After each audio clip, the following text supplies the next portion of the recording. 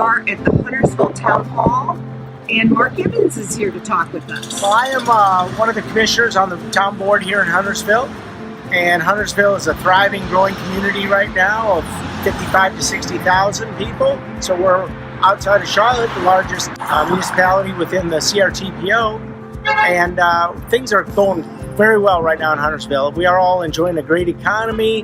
The closing of the loop of 485 a few years ago has really added to the desirability of Huntersville for both businesses and residential growth here.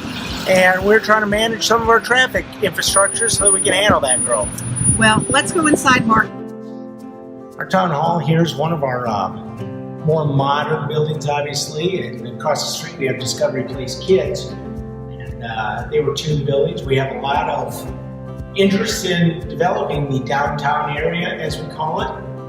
One of the things we don't have that some of our neighboring towns have is what I call the bones of old buildings and mills and things. Ours kind of been torn down or burnt down over the years, so we don't have a lot to build on, but there's a lot of interest right now in building in downtown Huntersville. Well, and the history here is so rich. I mean, as we were preparing today for our interview, we were talking a little bit about some of the last acts of the American Revolution taking place here in Huntersville. Right, in 80-81, Cornwallis came through North Carolina, going to both directions, and it was a hard fight, and a lot of his troops were decimated, and some people would even say that contributed somewhat greatly to Washington's success against Cornwallis later. I think it's very much been in the news. Interstate 77 and the way it's being expanded has been very controversial here. There's a lot of people that don't think that that's going to solve our traffic congestion problems, but that's the alternative we've been dealt with right now. So that's in the process of being built, and while that's under construction, that has increased the challenges on Route 21 and Route 115 going north and south, paralleling that. Mm-hmm. And those go through our towns to the north of us, Cornelius and Davidson also, and that really limits what you can do with that.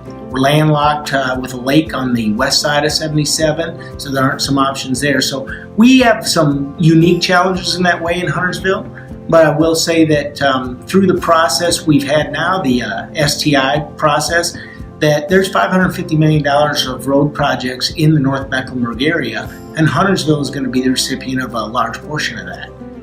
That's going to be the next 5 to 7 years getting completed, and in that time, the residents here will be feeling the pain of ongoing construction, but I hope we can foresee that in the end that will be better. Mm-hmm. And we'll continue to still look at different options to how 77 can be maybe done and not be locked in for 50 years the way we are right now. You just have to jump in there and get involved and read, ask questions. The technical coordinating committee puts together a lot of the projects and prioritizes them, and we have NCDOT reps on our CRTPO panel as well. And I think that you just have to ask a lot of questions and see what these projects are going to do. You mentioned about different needs, and Huntersville has different needs in Charlotte. Huntersville has different needs in Pineville and Matthews on the other side of town. But I think that we need to work together whenever we can, that regionalism word comes out, and do what's good for the whole region when that's applicable.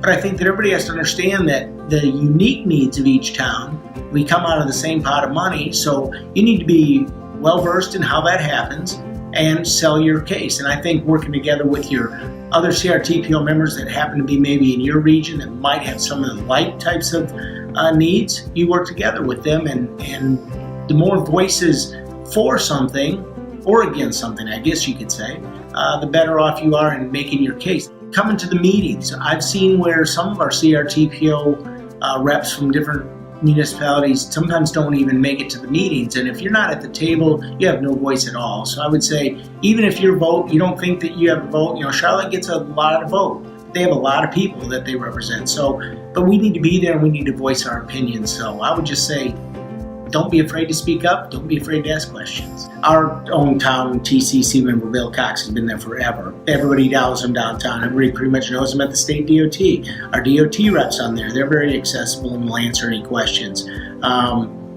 CRTPO staff itself, Bob Cook and Neil, and all of them, they're great. So don't be afraid to talk to any of them. They'll all be willing to help you.